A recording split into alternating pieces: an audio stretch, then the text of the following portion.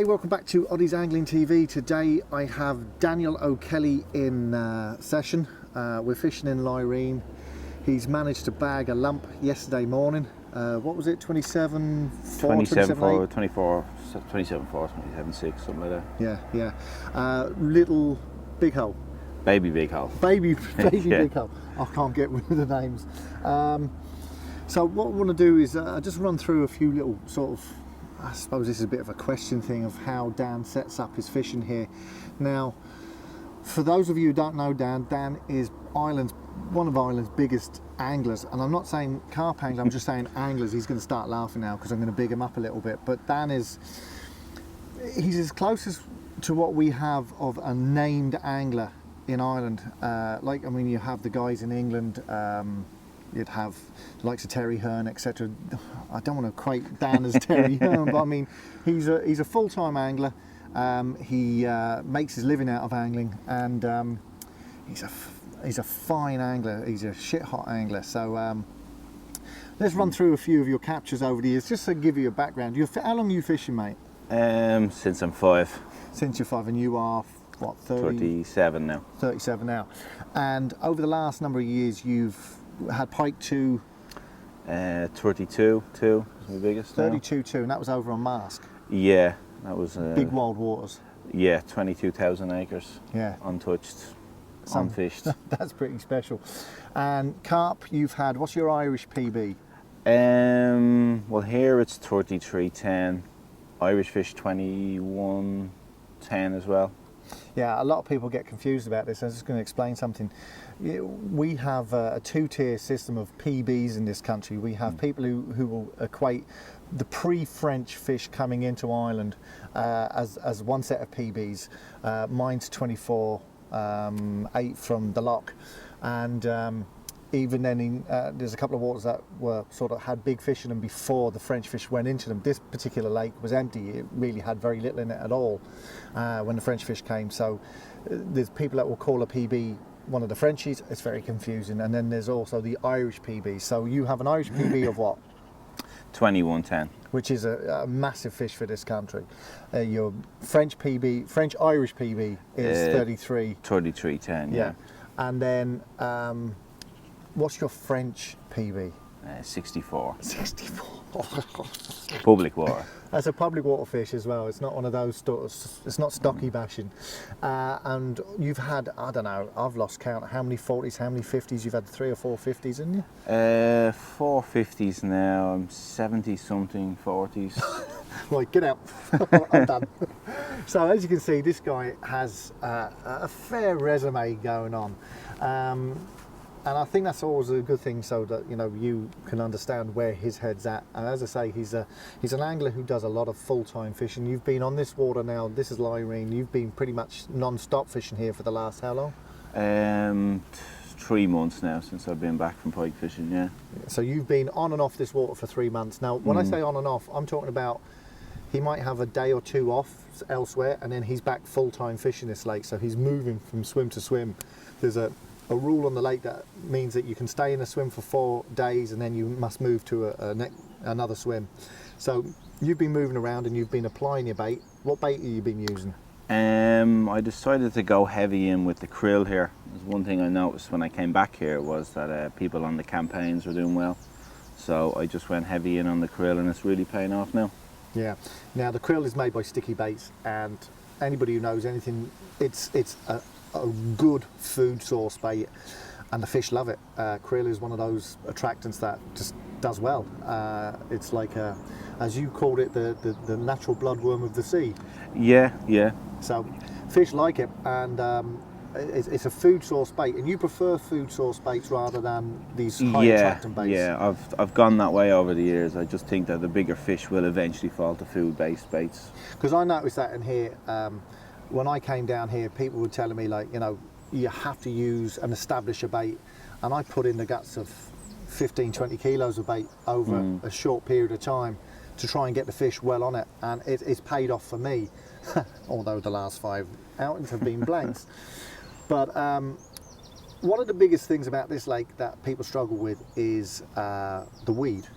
Now, You get tricky. guys who love it, and you get guys who are completely petrified like me about the weed. How do you go about finding a spot out there that's going to produce you a fish without being plugged up with weed? I mean, some of the weed, I mean, this is a shallow lake. You've got depths of, I think the deepest is around 8 or 9 feet down the bottom, isn't it? Yeah, it's a small area. Yeah, but it's only tiny. And then the average depths are only 2.5, 3 feet at most in most of the lake, aren't they? Well, up this end, this is the shallow end. Once you go past swim 7, it starts to drop. You get about 5, 6 foot, most of it. But what you have some of the weeds right up to the top, though, isn't it? Yeah, it's touching the top. Yeah. Yeah. So I mean, how do you know that you've put your bait in a spot where the fish can find it? Well, obviously over time around the lake you start to find them, but they can be difficult when you first get into the swim. It can be very confusing. You can spend 2 hours leading about. What I prefer to do is just to use a gripper lead, cast out, and just keep going till I just find a smooth till it comes bouncing back at me. Plus, when you do find the holes, then it's very simple to fish to swim. There only is 2 or 3 holes, and that's where the fish are going to be. Yeah. So it can be an advantage and a disadvantage. They like the cover of the weed as well. I was going to say, do you find the fish will come along on top of the weed and suck the boilies off the top of the weed? Well, unless you're sitting over watching them, it's hard to really know, isn't it? I've seen one area where the fish move over the top all right and keep showing, but it's purely that the weed is pushing them up to get over. That's just over there, isn't it? It's behind the rock island. Yeah. I've seen them doing that when I was fishing number 11. Every evening you could actually set your watch to it. All of a sudden they start humping over that section of weed where they were trying to get into the deeper water, and they had to go over it. It's like nearly like a bar. An instinct will tell you, cast a moving fish, and all you're casting into is a big load of weed. Yeah, and it's obviously very high at that stage. Yeah, they've only got a small bit of water under to the get surface. over. Yeah. Yeah. It's a type of stoneworth, the weed, so it's difficult. It's very dense. It's very thick to deal with. So somebody starting on a water like this, what piece of advice would you give them? Well, most of it, come with a good bait. That's my suggestion to anywhere. Anyone going anywhere is a good quality bait. What you would consider a good bait? It's got to be obviously a high nutritional value bait, i.e. a fish meal. Yeah, obviously for this time of year they'd want a lot of fish meal. They want the protein out to build themselves back up. So I always like to give the fish something back. I don't like to use cheap bird seed, stuff like that. Okay, in the winter that's fine, but now I like to give them good fish meals, good quality baits. Yeah.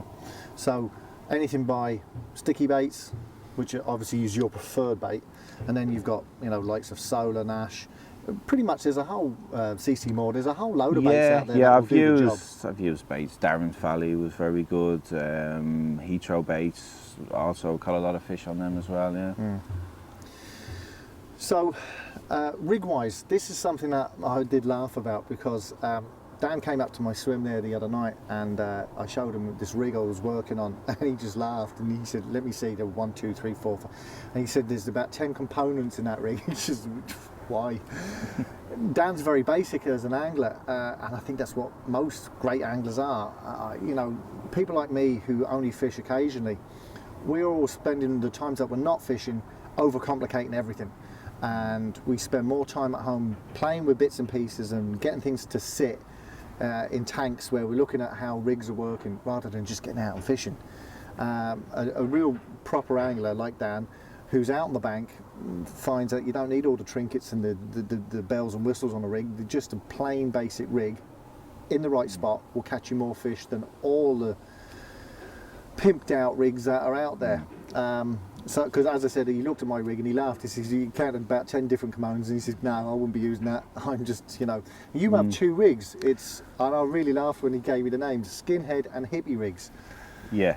Hippie rig is because it's got a long hair. And what's your reason by the long hair? On that particular rig, you've got the 2 bits of shrink tubing, so the gap, if you don't put a gap between the boilie and the hook, it won't turn. The hook doesn't have room to turn. But once you put the boilie on, your gap, it will rotate and turn. The other one is just basic. The Skinhead. Yeah. No, sorry, that's the hippie rig. Right, yeah. Right, that's the hippie rig. Now the Skinhead is... It's just tight to the hook. It's just that hoping that the second it goes in, I try to make the rig as light as possible because I think the best chance for the fish to get hooked is the further the hook goes in. Right, yeah. So the lighter it is. So you'd maybe even be critically balancing your hook baits so that Sometimes, yeah. even a bit of cork in them or something. Or a snowman, that'll help with them. Yeah, yeah. And the idea is that when they suck, it flies in because they're used to sucking at a certain ratio for the boilies that are out there. And that's your baiting situation, because I noticed that, you know, some people are using PVA bags, some people are just using the lead, dropping out the bait and then scattering maybe 20 baits around it. Yeah, well, when I come into a swim first, I'll bait heavy. I've only got 4 days in each swim here, so I'll bait heavy on the first day and hopefully pick it up.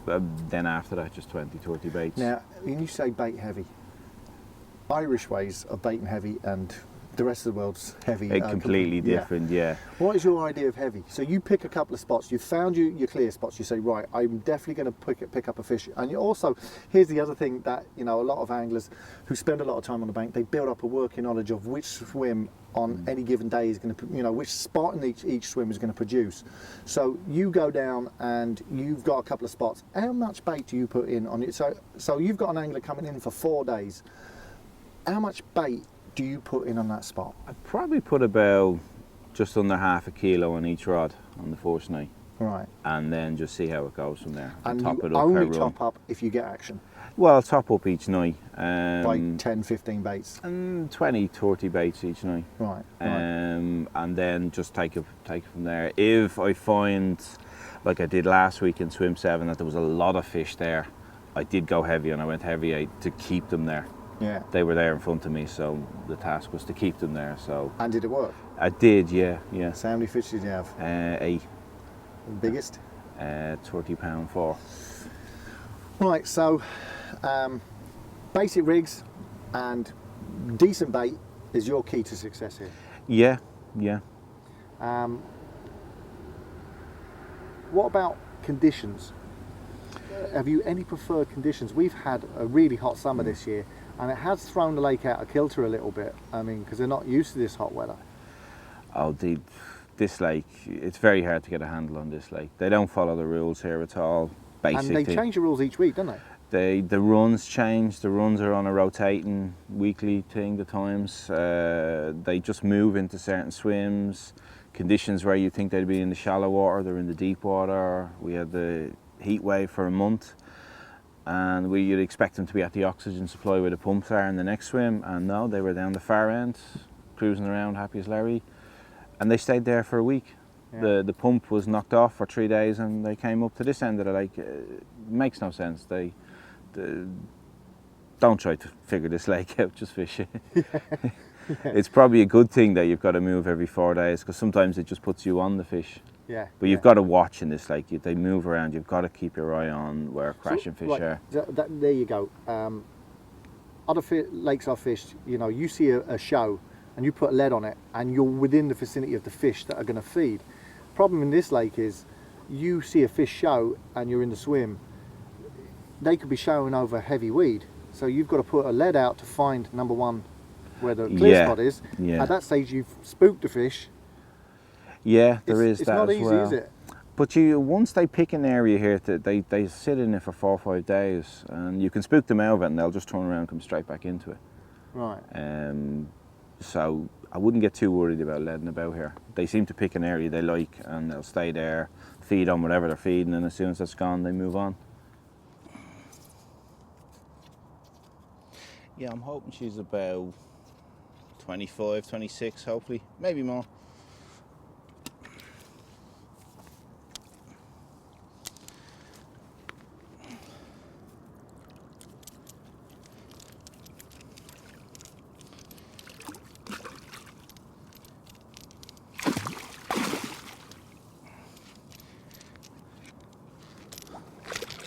Just check her fins. That one was slightly stuck.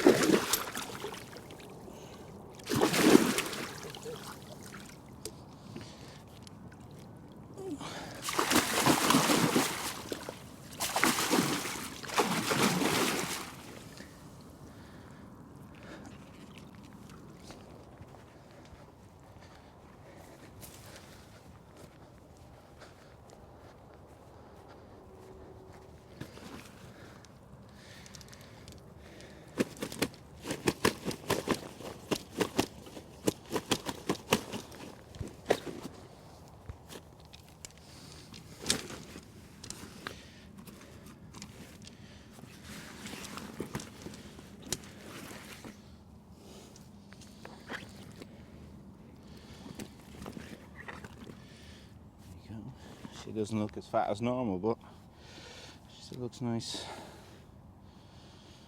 Right, you recognise her? Yeah, it's baby bighorn. Baby bighorn. Yeah. Hopefully she'll be. Well, no.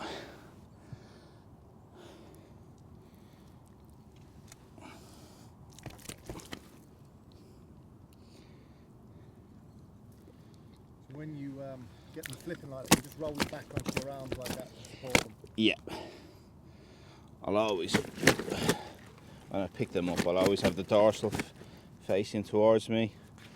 Slide the hands on the knee, index finger behind the anal fin. Now,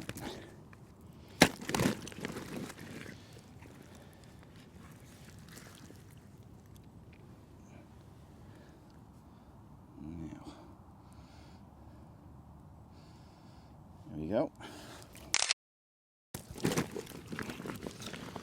Right, I'll just get a bit of water for her.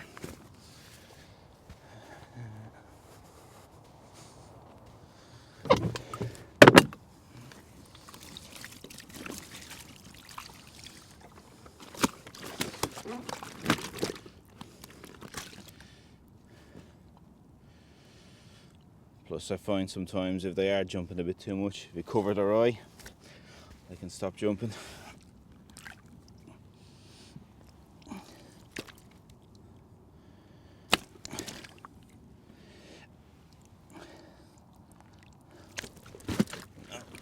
She's not going to sit easy. I'm going to scan the fish. So the fish here we have are chipped. Well, most of them are. There we are. There's the number.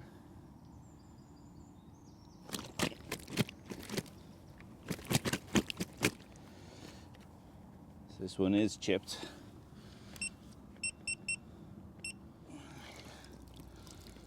So there we go. Mid-20 from Lyreen Fishery on sticky baits, krill with paste around the hook bait and just a few dotted around it. Happy days. We'll get her back now. I always weigh them on the way back so there's less transferal of fish to waistlings and back and forth.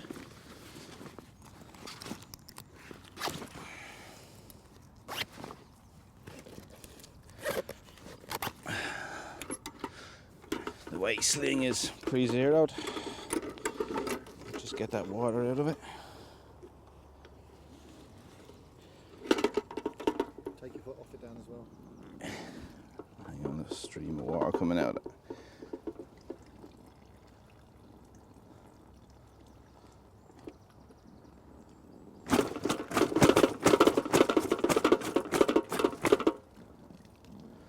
Hang on, get that water out of it. There we go. 20.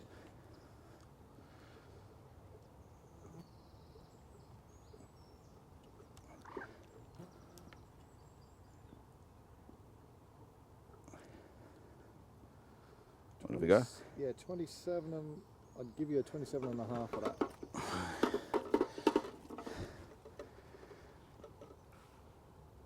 That's just over 27, yeah. 27.4, 27.8. Right, happy days.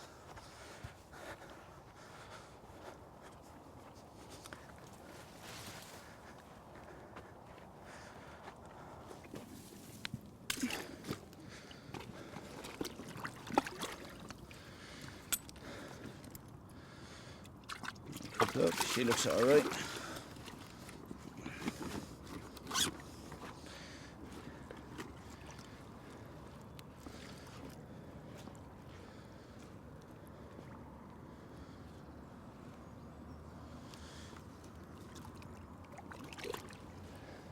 Off she goes strongly. Right, well that's just a quick chat with Dan about Lyreen and how he fishes it. A bit of footage there we show you. Dan's checking the fish with a scanner for the chip that's in them. Yeah. All these fish here have been chipped, and the reason for that, Dan, is what?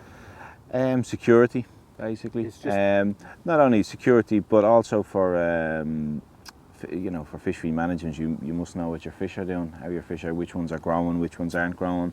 Try to figure out why they're not growing or which ones are growing. I noticed there was a big article in one of the papers over in the UK that some fishery over there, they've chipped their fish as well, and they're now giving you the ability, if you're a syndicate member, to have an app on your phone which will GPS show you individual fish in the lake and where they are. Right. And their thinking is that people are paying big money, they're on limited time, and they don't want to be chasing after ghosts. They want to know that, you know, I'm after Nellie, she's going to be in swim 12, she's at the island in swim 12. I'll put about, I mean, personally, I think that's just scandalous. No, that's wrong. It's not, It's that's wrong. not fishing, that's, you know. It's taking the angling conquest out of it, isn't Yeah, it? No, yeah. it's wrong.